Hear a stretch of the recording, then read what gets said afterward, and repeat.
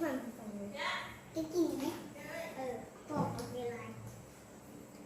ที่บอกก็ได้เชิญอุ้ยกินกุ้ง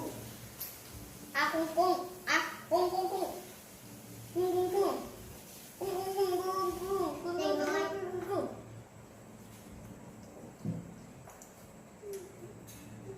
อันนี้คนในวันไทยคิดเริ่มเด้อน้ำเขาไม่อยากกินแต่ว่าสองคนนี้อยากคายกินคืออยากกินจะคายแล้วว่าของเราจะทายคลิปจะต่อยแล้วกินทั้งทายทั้งกินแล้วให้ด่าบอกให้เขาบอกให้คุณกินหวานลูก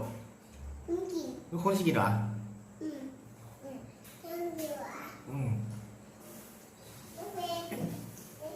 ไอ้ด่าแก้ให้ไหม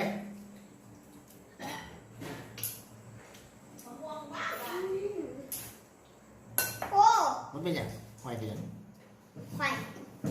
ขี้มันแบบคมแบบนั้นนะไม่ใช่แม่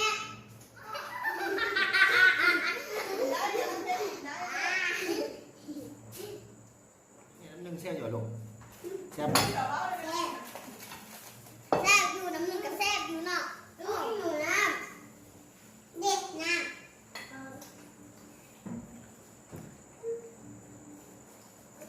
ใส่มึงรู้กินลายป่ะนะเบิดลายแล้ววะโอ้น้ำพลอยกินลายป่ะป้าถูกหมดอ่ะ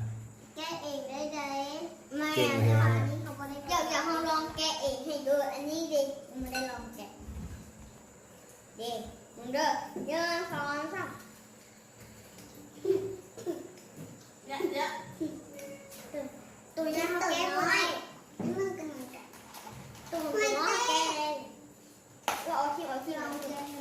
นี่เยอะสองสามดิเขาแกะได้แต่อินเดียอะไรนี่หน้าหอยมันจะเป็นซีเรียลตัวมันใหญ่นะเขากับไปกินตัวมันตายใส่มึงรู้หอยนะหอยนะมึงรู้จังหอยขึ้นเบิ้ง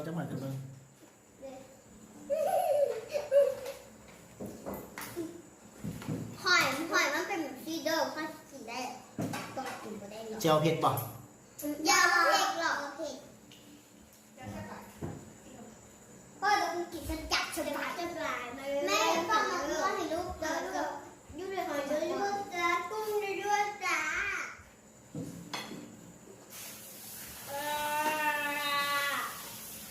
กินได้เลย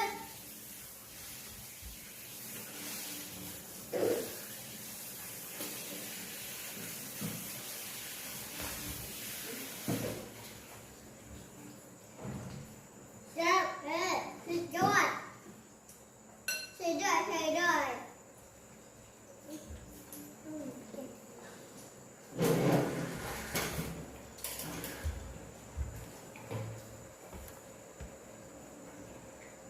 เ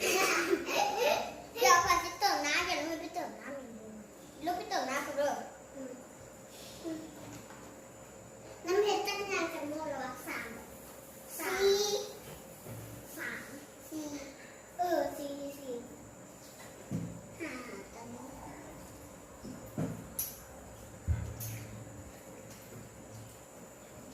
เขากินแบบแซ่บๆพวกไก่ไทยเลยไม่สนใจใครเลยแต่นั้นเผ็ดโอ้มันยาน้ำตังค่อยเรามาชิมมึงเด้ออันหอยตัวนี้โคตรแซ่บมื่อหน้าผู้ใดมากินหอยแซ่บมากินกับน้ำเห็ดน้ำพลอยน้ำหนึ่งเด้อดอยว่างๆเรามากินน้ำกันไม่กินน้ำกันเด้อนี่อันนี้เขาต้องทายแต่พี่กระทงก็ทำเวลามึงก็เสร็จ